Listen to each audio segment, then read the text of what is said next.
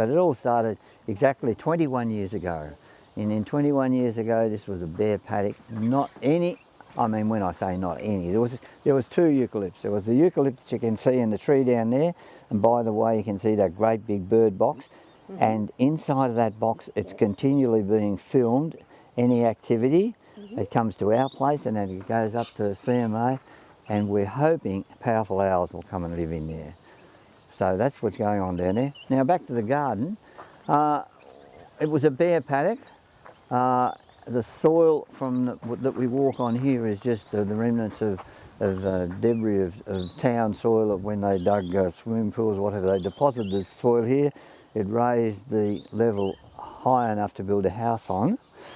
The rest of the soil in the garden itself, we brought down many loads of drift sand and drift soil from along our paddocks, and then we ripped it and we added gypsum and further cultivation, and then we started to grow our garden.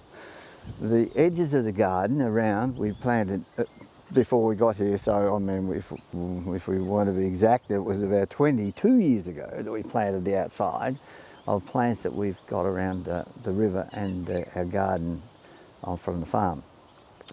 So it's sort of a mixture of all sorts.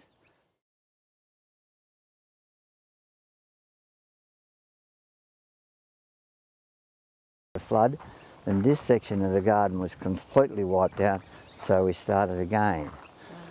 So the garden that you see today is from 2011 on, and it's just amazing, you know, the growth that took place in the garden in itself.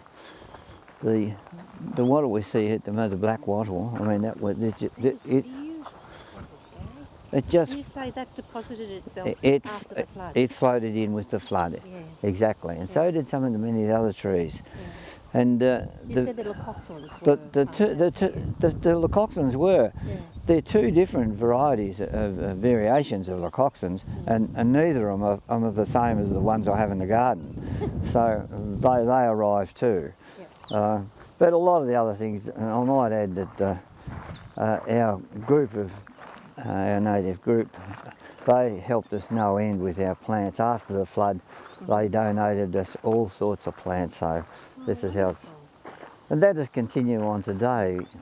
And then down there is the wetlands that you created when you came here. Well, that's right. I not myself personally. With other people. Yeah, with other people. Yeah, yeah, with the council, we dug these holes. Go and have a bit of a closer look at those. When a colleague was looking for me, and he called in at a neighbour's house further up the street, and said, "Do you know where Gary lives?" And I said, "Oh yes, he's that little bloke with a scrubby block." And I thought, well, having a scrubby block to me is just so wonderful. Well, I mean, don't hit your head. I can't bring myself to cut the limbs off. No, I wouldn't either. No. Just say, watch your head.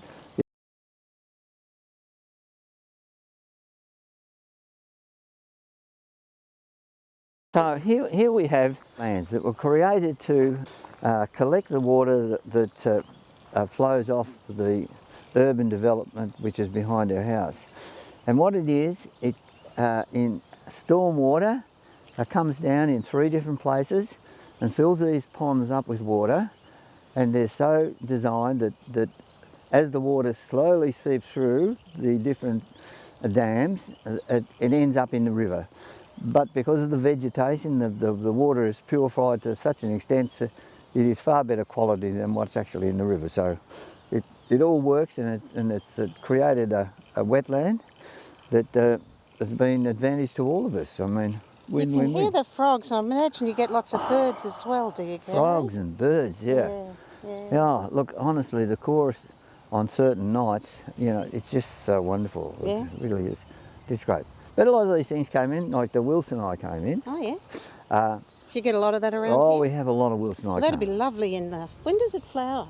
Well, it's, you know, it's just, yeah, it is. It's not too far off now, actually.